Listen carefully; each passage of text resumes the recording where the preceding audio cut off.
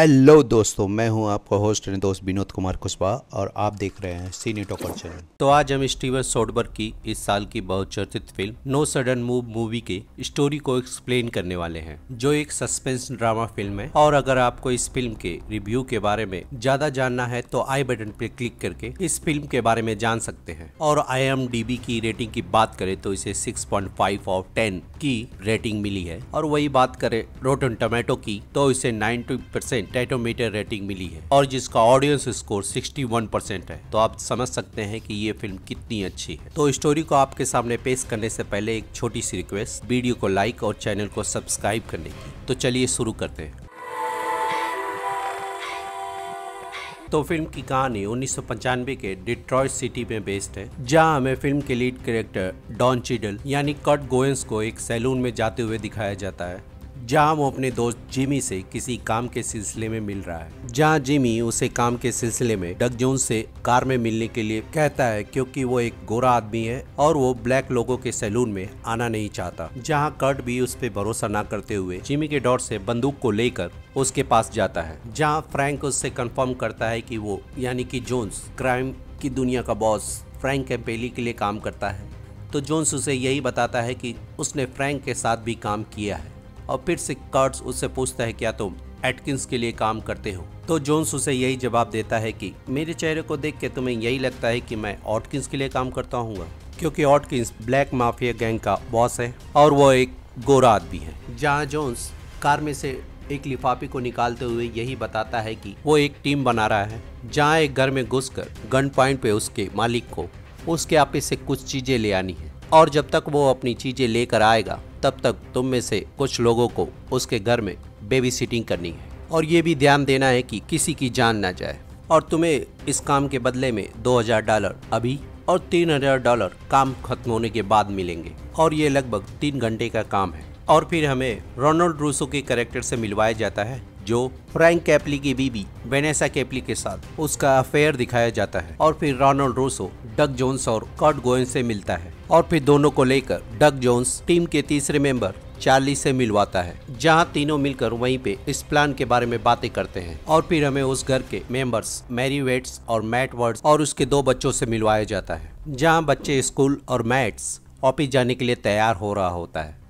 और तभी कर्ट्स, रोनाल्ड और चार्ली मास्क पहनकर बंदूक को दिखाते हुए उस घर में पहुंच जाते हैं। और चार्ली गन पॉइंट पे मैट से बोलता है कि हम दोनों मिलकर तुम्हारे ऑफिस जाएंगे, जहां तुम्हें अपने बॉस के केबिन में जाकर वहां पे रखे ग्रीन सेफ से एक डॉक्यूमेंट लाना है। और रोनाल्ड और कर्ट्स उसके फैमिली का ख्याल रखेंगे। और फिर मैट और चार्ली मैट की कार में बैठकर उसके ऑफिस की ओर चले जाते हैं। और उनके जाने के कुछ ही देर बाद घर की बेल बजती है, जहाँ एमी यानी कि पेगी की दोस्त चिड़िया को दाना खिलाने जाने के लिए पेगी को लेने आई है, जहाँ पेगी की मॉम उसे समझा बुझाकर वहाँ से रवाना कर देती है। और फिर ये बात जानने के बाद एमी की मॉम भी दरवाजे पे आ जाती है और मैरी उसकी मॉम को भी समझा बुझाकर वहाँ से किसी तरह से रवाना कर देती है। और इधर मैट चार्ली को कार में छोड़कर अपने ऑफिस में जाता है और हमें वहाँ पता चलता है कि उसका अफेयर उसके बॉस के सेक्रेटरी पोला कोल से भी चल रहा है। और थोड़ी बातचीत के बाद मैट उससे ग्रीन सेप की कॉम्बिनेशन को पूछता है, जहाँ वो उसे साफ साफ बताने से मना कर देती है। और ना चाहते हुए भी मैट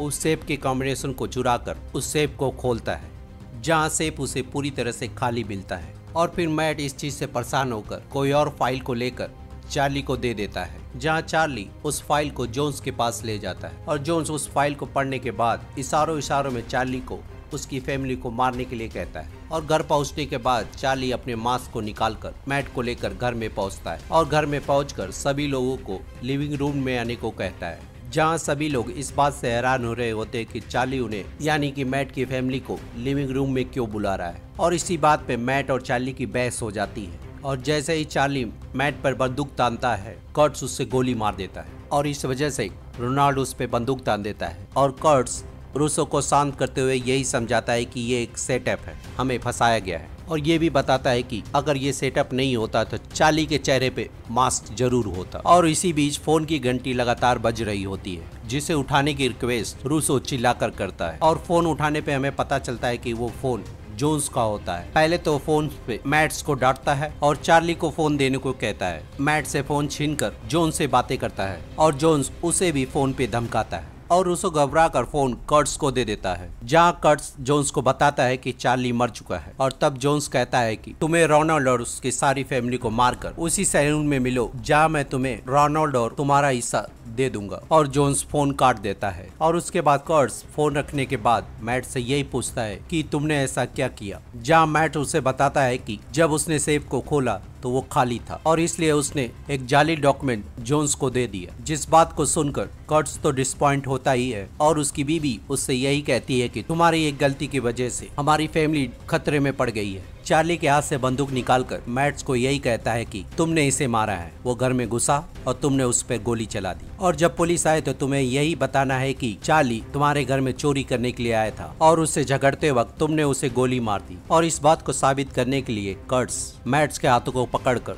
चार्ली की बंदूक से चार्ली पे फायर भी करवाता है। और कर्ट्स जाते वक्त मैट से यही कहता है कि जब भी हमें तुम्हारी जरूरत पड़ेगी तुम्हें हमारी मदद के लिए आना पड़ेगा और इस बात को तुम्हें जरूर याद रखना होगा। और फिर कर्ट्स उसकी कार को लेकर चला जाता है और कर्ट्स कार में जाते हुए रोनाल्ड रूसो को सारी बातें बता देता है जो जोन्स ने उसको फोन पे कही थी। और हमें रास्ते में ये भी पता चलता है कि फ्रैंक के गुर्गे रोनाल्ड रूसो को ढूंढ रहे हैं। और फिर कर्ट्स उसी सैलून में जाता है जहाँ वो अपने दोस्त जिमी से मिला था और जिमी को गन पॉइंट पे लेकर जिमी से यही पूछता है कि उसे किसने फंसाया है। और जिमी उसे यही बताता है कि उसे फोन पर किसी ने $15,000 की रिश्वत दी थी, जिसकी वजह से उसने कर्ट्स और रोनाल्ड को इस जॉब के लिए चुना था। और उस शख्स ने यह भी कहा था कि मिस्टर कपाली और वॉटकिंस इस हेल्प के बदले में उसके बहुत ज्यादा शुक्रगुजार रहेंगे। और कर्ट्स जिमी से और ज्यादा इन्फॉर्मेशन निकालने की कोशिश करता है पर उसे इससे ज्यादा कुछ पता नहीं होता है। और इधर मैट के घर पर डिटेक्टिव जो फेनी चार्ली की मर्डर की या दूसरे शब्दों में कहें तो मैट के घर पे घुसपैठ की जांच करने आया है, जहां मैट्स और उसकी फैमिली डिटेक्टिव फेनी और उनकी टीम को वही चीज बताती है जैसा कर्ट्स ने उनको बोलने को कहा था। और उसी बीच कर्ट मैट को कॉल करके उसे मिलने को बुलाता है, जहाँ पर मैट पहुँचने के बाद कर्ट उसे अपनी कार में बैठने को कहता है। और फिर कर्ट और रूसो उस डॉक्यूमेंट को लेने के लिए उसके बॉस के घर पर जाते हैं, जहाँ पर पहुंचने के बाद उसके बॉस की वाइफ को रूसो गन पॉइंट पे लेके निगरानी करता है। और कर्ट और मैट उसके बॉस के रूम की तरफ जाते हैं, जहाँ कर्ट गेट के पास रुक जाता है और मैट उस डॉक्यूमेंट को लेने के लिए अपने बॉस के रूम के अंदर जाता है। और फिर पहले मैट अपने बॉस से किसी बहाने से उस फाइल को हासिल करने की कोशिश करता है, लेकिन उसका बॉस उसकी बातों को इग्नोर करके उसे यहाँ से जाने को कहता है। और मैट को ना चाहते हुए भी अपने बॉस को मारकर उस डॉक्यूमेंट को हासिल करना पड़ता है। और कर्ट और मैट को उसी की कार के पास छोड़ देते हैं। और इधर डिटेक्टिव मैट के बेटे से डरा धमका कर उससे सारी बातें जान लेता है। और फिर कर्ट और रूसो उस डॉक्यूमेंट से पैसे कमाने का प्लान बनाते हैं, जहां रूसो को फ्रैंक के पास जाकर उसके साथ $50,000 की इस डॉक्यूमेंट के लिए डील करनी है और उसे इस डॉक्यूमेंट को हासिल करने के लिए रोमा कैफे में आने के लिए मनाना है, क्योंकि हम जानते हैं कि रूसो और फ्रैंक कपाली की वाइफ का चक्कर चल रहा है और अब उनके पास ये डॉक्यूमेंट भी है जो बेशक इस डॉक्यूमेंट को हासिल करने के लिए मुंह मांगी रकम देगा। और कर्ट उससे ये भी समझाता है कि अगर मीटिंग में कुछ गड़बड़ हुई तो हमें ये मालूम चल जाएगा कि इस डॉक्यूमेंट की कीमत $50,000 से भी कहीं ज्यादा है और अगर सब कुछ सही रहा इस पैसे को हम आधा आधा बांट लेंगे। और कर्ट उस डॉक्यूमेंट के 2 हिस्से करके एक हिस्सा रूसो को दे देता है ताकि वो फ्रैंक कपाली को इस डॉक्यूमेंट को दिखाकर यकीन दिला सके कि ये डॉक्यूमेंट असली है। और फिर रूसो अपने प्लान के मुताबिक फ्रैंक कपाली के घर जाता है। और रूसो के जाने के बाद कर्ट के घर पे उसका एक दोस्त आता है, जहाँ वो उसे बताता है कि वॉटकिंस ने उसके सर पर रखे इनाम को और बढ़ा दिया है। और उसे ये भी बताता है कि वॉटकिन उसे जिंदा पकड़ना चाहता है और कपाली तुम दोनों को मारना चाहता है। और फिर फ्रैंक वॉटकिन के आदमी से फोन करके वॉटकिन को ये कहने को कहता है कि उसके क्राइम की कोड बुक उसके पास है और वो इसके बदले में सिर्फ इतना चाहता है कि वो यानी कि वॉटकिन उसका पीछा छोड़ दे और उस कोड बुक के साथ साथ वो वॉटकिंस को $50,000 भी देगा। और इस बात को बताने के बाद वॉटकिंस गौथम होटल में आने के लिए राजी हो जाता है। और इधर रूसो फ्रैंक कपाली को मनाने में सफल हो जाता है, लेकिन अपने प्लान के अकॉर्डिंग, ना कि कर्ट गोएन के प्लान के अकॉर्डिंग। और इस प्लान के अकॉर्डिंग फ्रैंक कपाली रूसो पर लगे बाउंटी को हटाएगा और वो उसको बदले में कर्ट की कोड बुक भी देगा। और इसके साथ साथ रूसो उन पैसों को आपस में बांटने की बात भी करता है, जिसके लिए फ्रैंक कपाली राजी हो जाता है। तो इसका मतलब ये है कि उस डॉक्यूमेंट का यूज करके रूसो और कर्ट के अपने अपने अलग ही मंसूबे हैं। और हम जोन्स को भी टेलीफोन बूथ पे बात करते हुए देखते हैं, जहाँ कोई कर्ट और रूसो के प्लान को उसे बता रहा होता है। और फिर वो तीनों रोमा होटल में मिलते हैं और कर्ट फ्रैंक कपाली से बातचीत करते हुए ये कहता है कि उसने इस डॉक्यूमेंट की कीमत को बढ़ा दिया है, अब उन्हें इस डॉक्यूमेंट के लिए $90,000 चाहिए। और फ्रैंक कपाली जब उनसे ये सारी बातें कर रहा होता है तभी जोन्स वहाँ पे बंदूक लेके आ जाता है और हमें यहाँ पता चलता है कि जोन्स को फ्रैंक कपाली ने फोन किया था। और फिर जोन्स उन सब से यहाँ से चलने को कहता है और कर्ट उठते हुए एक गिलास को जोन्स के ऊपर फेंक देता है और खुद नीचे छुप जाता है और इसी वजह से वहाँ पे बहुत से लोग गोलियां चलाने लगते हैं, या फिर कहें वाटकिंस के गुंडे उन पे गोलियां चलाने लगते हैं। और इसी बीच जोन्स को गोली लग जाती है और फ्रैंक कपाली शूट आउट का फायदा उठाते हुए वहाँ से भागने लगता है और उसका पीछा करते हुए कर्ट भी उसके पीछे चला जाता है। और फ्रैंक बाहर जाकर अपनी गाड़ी खोलने ही वाला होता है कि कर्ट वहां पहुंचकर उस पर बंदूक तान देता है और कर्ट और रूसो उसे अच्छी तरह से ठोकते हुए उससे ये पता लगा लेते हैं कि किसने उसे भेजा है। और फिर फ्रैंक कपाली को उसी के कार की डिग्गी में बंद कर देते हैं। और फिर फ्रैंक ह्यूज नैस्मिथ को यानी कि उस डीलर को कॉल करता है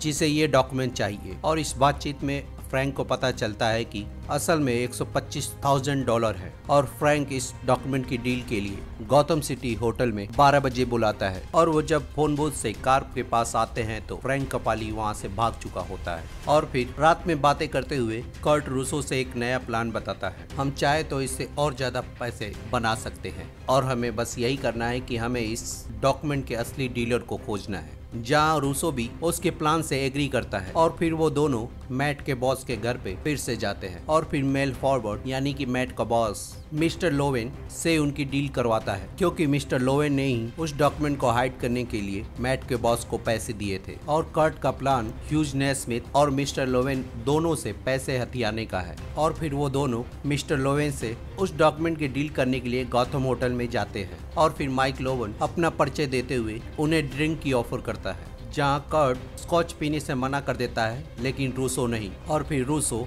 सूटकेस से भरे पैसे को लेकर गिनने लगता है और कर्ट डॉक्यूमेंट को वेरीफाई कराते हुए माइक लोवेन से बातचीत करता है। और इधर होटल के बाहर हम देखते हैं कि ह्यूज नैस्मिथ भी पैसे लेकर गौतम होटल पहुंच चुका है और हमें उस डॉक्यूमेंट के बारे में पता चलता है कि उसमें ऑटोमोबाइल के द्वारा फैलने वाले प्रदूषण का बहुत बारीकी से जिक्र किया गया है और जिसके बाहर आ जाने से ऑटोमोबाइल इंडस्ट्री के बिजनेस पर असर पड़ सकता है। और इसीलिए माइक लोवेन उस डॉक्यूमेंट को छुपाना चाहता है ताकि ये रिपोर्ट मीडिया में लीक ना हो सके। और इसी बातचीत के दौरान ह्यूज भी वहाँ पे फोन करता है, जिसका फोन कर्ट को उठाने के बजाय माइक उठा लेता है और उसे पता चल जाता है कि उसके साथ डबल डीलिंग हुई है। और माइक उन्हें यहाँ पे ये भी कहता है कि तुम्हें लगता होगा कि ये सारा खेल तुम्हारे हिसाब से चल रहा है, लेकिन बिल्कुल ऐसा नहीं है, ये बस एक छलावा है। दुनिया हमेशा हमारे जैसे लोगों के इशारों पे ही चलती है और तुम्हें लगता है कि तुम मेरे पैसे लेकर आसानी से अपनी जिंदगी व्यतीत कर लोगे, तो ऐसा बिल्कुल नहीं है। मेरे पैसे हमेशा मेरे पास वापस आ जाते हैं। और माइक लोवेन के साथ मीटिंग खत्म होने के बाद कर्ट के प्लान के मुताबिक वहाँ पर ऑटकिंस भी गौतम होटल में पहुँच जाता है। और माइक लोवेन के जाने के बाद रूसो और कर्ट्स अपने पैसे को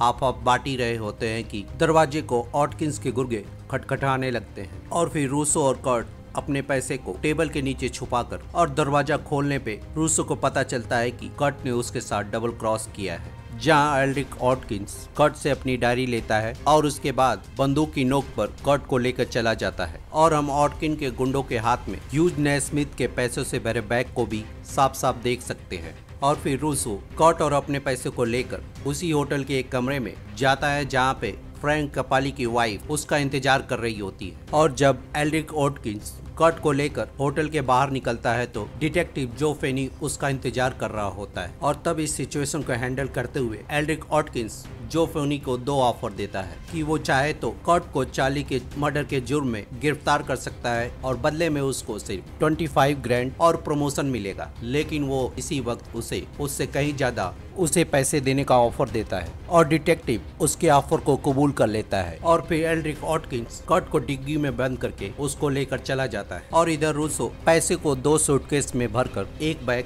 वेनेसा कैपली लेकर जाती है तो दूसरा बैग रूसो लेकर इस होटल से निकलता है, जहां होटल के बाहर वेनेसा कैपली एक कार में उसका इंतजार कर रही होती है। और हमें वहां ये भी दिखाया जाता है कि डिटेक्टिव जो फेनी के आदमी रूसो का पीछा भी कर रहे होते हैं और वो आदमी रूसो के कार का नंबर भी नोट करता है। और फिर वेनेसा कुछ दूर जाने के बाद एक जगह पे रुकते हैं जहाँ वेनेसा रूसो को गोली मारकर उसके सारे पैसे लेकर चली जाती है और थोड़ी देर आगे जाने के बाद वेनेसा का पुलिस पीछा करने लगती है और ना चाहते हुए भी वेनेसा को कार रोकनी पड़ती है, जहाँ पुलिस वाला उसे बाहर निकालने के बाद उसके सारे पैसे को लेकर चला जाता है और हम उसके बाद डिटेक्टिव जो फेनी को अपने हिस्से के पैसे को रखकर माइक को $456,000 दे देता है और बदले में माइक लोवेन उसे अपने कलेक्शन से एक रम की बोतल चूज करने का ऑप्शन देता है, जिसे वो खुशी खुशी कबूल कर लेता है और हम माइक लोवेन की कही हुई बात आखिरकार सच होती है और उसके पैसे आखिरकार घूम फिर कर लगभग डबल होकर मिलते हैं। और इधर एल्ड्रिक ऑटकिन कर्ट को उसके $5,000 देकर उसे छोड़ देता है और फिल्म की कहानी यहीं पे खत्म हो जाती है। तो इस वीडियो में इतना ही। अगर ये वीडियो आपको पसंद आई हो तो वीडियो को लाइक और चैनल को सब्सक्राइब करना ना भूलें। तो मिलते हैं किसी और वीडियो में, तब तक के लिए मेरे चैनल के अदर वीडियो को आप देखकर एंजॉय कर सकते हैं। शुक्रिया।